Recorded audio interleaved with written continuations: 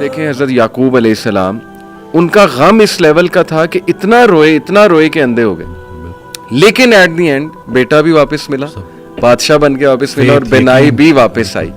حضرت ایوب کا میں تفسیر پڑھا تھا ڈاکٹر صاحب, بھی سورہ انبیاء میں کافی انبیاء کو اللہ تعالیٰ نے ڈسکس کیا ہے, اسماعیل علیہ السلام, ذوالکفل, سلیمان, داؤد, سب کے بارے میں نا پھر اللہ کہتے ہیں کل من الصابرین, all of them were patient, اور اللہ تعالیٰ نے ان پہ رحمت کی. بہرحال تفسیر میں پڑھ رہا تھا کہ ایوب علیہ السلام کو اللہ نے بہت پین سے گزارا, یعنی وہ رو پڑے, اور انہوں نے کہا کہ ندا لگائی جب انہوں نے کہ انی مسنی الضر وانت ارحم الراحمین, کہ اے میرے رب تکلیف نے مجھے چھو لیا ہے اور تو بے شک تمام رحم کرنے والوں میں سے رحم کرنے والا ہے.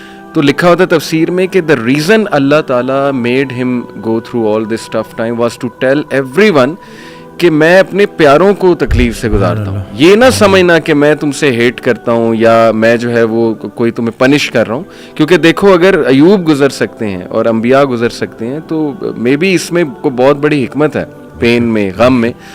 تو لیکن یہ کہ اینڈ میں ریلیف آیا. اللہ کہتے ہیں ہم نے اسے ریلیف دیا اپنے بندے کو, اس کے اولاد اسے واپس کی, وائف تو ساتھ تھی ہی لیکن یہ کہ اولاد بچھڑ گئی تھی.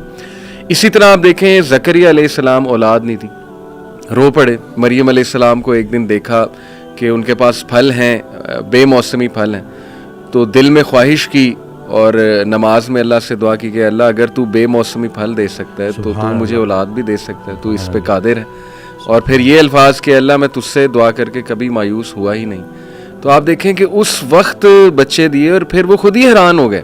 یعنی آپ انسان کی حالت دیکھیں, پہلے خود ہی دعا کی, پھر جب اللہ تعالیٰ نے بچہ دے دیا تو حیران ہو گئے, کہتے اے رب مجھے کیسے ہو سکتا ہے. اسی طرح کئی مثالیں ڈاکٹر صاحب ہیں, یوسف علیہ السلام کی, موسیٰ علیہ السلام, یعنی سیڈ اینڈنگ تو ہے ہی نہیں. میں ہمیشہ انہیں سمجھاتا ہوں کہ دیکھو اللہ سے امید انسان سے لگاؤ گے تو سیڈ اینڈنگ ہے, وہ پھر سیڈ ہوگی. اللہ سے امید لگاؤ گے تو کوئی نہ کوئی ریپلیسمنٹ آ جائے گی, کوئی نہ کوئی راحت آ جائے گی, کہیں سے کچھ آ جائے گا, اللہ سنبھال لے گا. قائم ذات سے محبت کرو تم بھی قائم کر دیے جاؤ. تو قائم ذات سے محبت کرنی ہے. اور باقی اکثر میرے پاس بھی آتے ہیں تو کہتے ہیں آپ موت سے, کیونکہ موت ہر کسی ڈر تو لگتا ہے نا کہ کسی ہم لوگوں کا تو کانسیپٹ اس طرح سے, تو کہتے تو کیا مطلب بس موت کا. میں نے کہا نہیں, زندگی کا شکر ادا کرنا ہے, موت کا انتظار کرنا ہے. اللہ زندگی کا شکر ادا کرنا ہے, موت کا انتظار کرنا ہے کہ لائف گزارنی ہے, اور لیکن اس کے ساتھ کچھ زیادہ پکا پلان نہیں بنانا یہاں کا. پہلے یہ سوال یہ سوچو کہ اللہ نے بھیجا کیوں, صحیح بات, اور پھر سوچے کہ واپس کیوں بلا رہے ہیں. تو کچھ تو لے کے جانا ہے نا ساتھ, تو اب جو لے کے جانا ہے اس کے بارے میں سوچو. ایسے ہی کرنے والے کام ہے کر ڈالو. ایسے ہی. اور خوشیاں, سکون, آسانیاں ڈھونڈنے سے نہیں ملتی, دینے سے ملتی ہیں. جب آپ دینا شروع کر دو, کہ اس دن میں ایک آڈیو سن رہا تو کسی نے پوچھا کہ تقدیر کیا ہے, تو کہتے ہیں سوال آپ کا تھوڑا میں چینج کر دیتا ہوں, آپ کا سوال یہ ہونا چاہیے کہ بائی چانس ہے یا بائی چوائس ہے. تو بائی چوائس اس میں یہی ہے کہ آپ کی تقدیر دعاؤں میں پوشیدہ ہے اور دوسروں کی دعاؤں میں. اللہ وہ ایک شخص ان کے پاس گیا کہ بڑا پریشان ہوں, حل بتائیں. تو کہتے ہیں آسان حل ہے, کوئی شخص تلاش کرو جو تمہیں دعا دے, لیکن ایک شرط ہے, اسے بولنا نہ پڑے کہ میرے لیے دعا دو, وہ تمہیں دیکھے اور دعا دے. اس کی زندگی میں کچھ ایسا کر جاؤ کہ وہ تمہیں دیکھے اور دعا دے. تو یہ جو مین جو کہتے ہیں نا کہ جتنا جتنا انسان اللہ کے قریب ہوتا جاتا ہے اتنا اتنا اس کی مخلوق کے قریب ہوتا جاتا ہے. بلکہ حضرت کے ایک جملے نے تو میری لائف ہی چینج کر دی. اور وہ جو میری دیکھیں, کوئی ایک بعض اوقات انسان بڑی کتابیں پڑھتا ہے اور بعض اوقات ایک جملہ. اب یہ جملہ آپ دیکھیں کہ وہ عابد عبادت کرنے والا ڈاکٹر جو اپنے مریض کے لیے مخلص نہیں, اس کی عبادت اسے کوئی نفع نہیں پہنچائے گی. سبحان اللہ. اب یہ اتنا ہو کہ میں اگر صرف اور صرف کیونکہ مجھ سے تو اللہ میرے مرتبے کا پوچھے گا کہ پورے پاکستان میں چند لوگ تھے جن کو ڈاکٹر بنایا, اللہ نہیں بنایا نا. بے شک. اور پھر اس کے بعد کیوں بنایا, کہ تم نافع علم حاصل کر رہے تھے جس سے مخلوق کا نفع ہو. اب یہ بتاؤ کہ کتنے لوگوں کا نفع ہوا.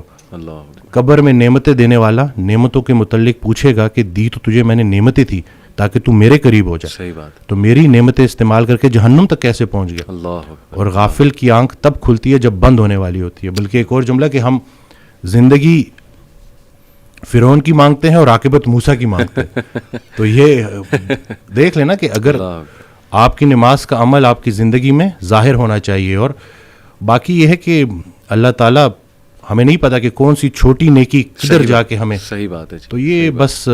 اور دوسرا ہے کہ جو ماشاء اللہ آپ کام کر رہے ہیں بچوں کو لے کے, کہ کیوں گناہ خطرناک ہے روح کے لیے. جی تو ہم روح اور جسم کی کمبینیشن ہے. صحیح بات. آج کا ڈاکٹر اس لیے پورا کامیاب نہیں ہے کیونکہ وہ صرف جسم کو فوکس کر رہا ہے. زبردست. روح پہلے بیمار ہوتی ہے, جسم اس کو فالو کرتا ہے. میں ایک کتاب لکھنے کی کوشش کر رہا ہوں, تو اس میں نے ایک جگہ لکھا کہ جب ہم روزہ رکھتے ہیں تو پرانا بلیف یہی تھا, جتنے بھی مسلم جو حکیم تھے, جو بڑے بڑے ڈاکٹرز تھے, ان کا یہ بلیف تھا کہ روح پہلے بیمار ہوتی ہے, صحیح, جسم اس کو فالو کرتا ہے. تو جب ہم روزہ رکھتے ہیں کھا تو کچھ بھی نہیں رہے, بالکل, لیکن روح اسٹرانگ ہونی شروع ہوتی ہے اور پھر جسم اس کو فالو کرتا ہے. کیا بات. ابھی ریسرچ ہے 3 دن کا فاقہ, ٹھیک ہے نا, 3 دن اگر آپ نے فاسٹنگ کی ہے پرولونگڈ, اور اس کے بعد اگر آپ میل لیتے ہیں تو آپ کی باڈی کے اندر اسٹیم سیل موبلائزیشن ہوتی ہے, اور جتنے پرانے خلیے ہیں ان کو نئے سرے سے باڈی بناتی ہے دوبارہ سے. یہ اسٹیم سیل موبلائزیشن فاسٹنگ کے ذریعے. اور ٹافیجی 2016 یا 17 کا نوبیل پرائز ون کر چکا ہے بندہ. تو کچھ بھی نیا نہیں ہے, بس وہی پرانی کے جتنا خوراک ضروری ہے اس سے خوراک سے دور رہنا ضروری ہے, اور خیال بھی ایک خوراک ہے, صرف رزق کھانا پینا تو نہیں ہے. تو اب آپ دیکھیں کہ آپ اپنے آپ کو کن خیالات سے فیڈ کر رہے ہیں. منفی منفی منفی, وہ تھاٹس بیکم تھنگس. یہ جب آپ کی سوچ اتنی نیگیٹو ہو جائے نا تو پھر وہ جسمانی شکل اختیار کرتی ہے. اور گناہوں کے اثرات ڈاکٹر صاحب, اس پہ تو جتنی بات کی جائے کم ہے. لٹرلی آپ کے سیلز پہ افیکٹ ہوتے ہیں جا کے. میرا تو یہ بلیف ہے گناہوں کے, بالکل بالکل, نافرمانی کے. اور آج کل جس طرح کے گناہ اللہ معاف کرے آ گئے ہیں, جو دکھایا جا رہا ہے اسکرین پہ, پوری ایک انڈسٹری کھڑی ہو گئی, اس کو گلیمرائز کر دیا, انسٹیٹیوشنلائز کر دیا. پورن انڈسٹری کی بات کر رہا ہوں, تو کیسے کیسے مسائل لوگوں کو آ گئے ہیں. تو یہ اٹ آل پرووز کہ روح پہ افیکٹ ہوتا ہے تو جسم پہ افیکٹ ہوتا ہے. میرے پاس بچے آتے ہیں, تو اچھا ہوا کہ آپ نے یہ بات کر دی. میرے پاس بچے آتے ہیں تو میں حیران ہوا کہ وہ اس کو سم ہاؤ جسٹیفائی کر رہے ہوتے ہیں. اچھا, کہ جیسے کہیں کوئی مطلب خاتون تو نہیں ہے نا, یا ہم کسی کو نقصان تو نہیں پہنچا رہے, تو ان کو سمجھانا ہے کہ اب آنکھوں کو جو ہے نظاروں کا رزق دینا ہے جو اللہ کے قریب کرے. یہ جو اتنی کائنات اللہ نے بنائی ہے, یہ ہمارے لیے بنائی ہے, ہماری آنکھوں کے لیے بنائی ہے, اور ہم سب کو چھوڑ کے کدھر فوکس کر رہے ہیں. اور خیال پہلے غلط ہوتا ہے, عمل اس کے بعد. تو آپ کا دیکھیں, کوئی ایک لمحہ ایسے نہیں ہے کہ نیکی بند ہو جائے, کوئی ایک لمحہ ایسے نہیں ہے کہ گناہ بند ہو جائے. فضل کے متلاشی کو فضل ملے گا, تو آپ ڈھونڈ کے آ رہے ہو. اب اگر آپ نے موبائل میں تھوڑا سا بھی, اور شیطان تو جی ہمارے رگوں میں خون کی طرح دوڑتا ہے, تو اگر آپ زیادہ اس کو فیڈ کریں گے تو آپ تو اس ایڈکشن سے کیسے. اور پھر لوگ آ رہے ہیں جی, لوگ, اور پھر ہماری کتابوں میں بھی انفارچونیٹلی یہ چیز لکھ دی گئی ہے کہ اس کا کوئی نقصان نہیں ہے. ہاں جی, ہاں جی, ریسرچز ہیں, یہ تو ہیلدی ہے, ہیلدی ہے. تو اب یہ ہے کہ کوئی بھی چیز جو آپ کو نیچر سے دور کر رہی ہے. دیکھیں ہمارا دین ہے, اس کا ایک ایلیمنٹ برکت کے اوپر ہے, کہ برکت کا اٹھ جانا اور برکت کا آنا. صحیح بات. جو یہ بظاہر نظر نہیں آتا, لیکن یہ ہمارا ایک بڑا بلیف ہے کہ ہم چلتے ہی اس کے اوپر ہیں. تو یہ اب آج کل کے بچوں کو یہ سمجھانا کہ بھائی اس چیز سے نکلنا اور تھوڑا سا پازیٹیو, یعنی اسپورٹس کی طرف آؤ. دیکھیں آگ اور پانی ساتھ ساتھ نہیں چل سکتے. صحیح بات. جب وہ فٹنس کی طرف توجہ کریں گے, جب اسپورٹس ایکٹیویٹیز میں آئیں گے, اچھی ان کی گیدرنگ ہوگی, بالکل صحیح, تو انشاءاللہ ڈیفینیٹلی وہ نکل آئیں گے.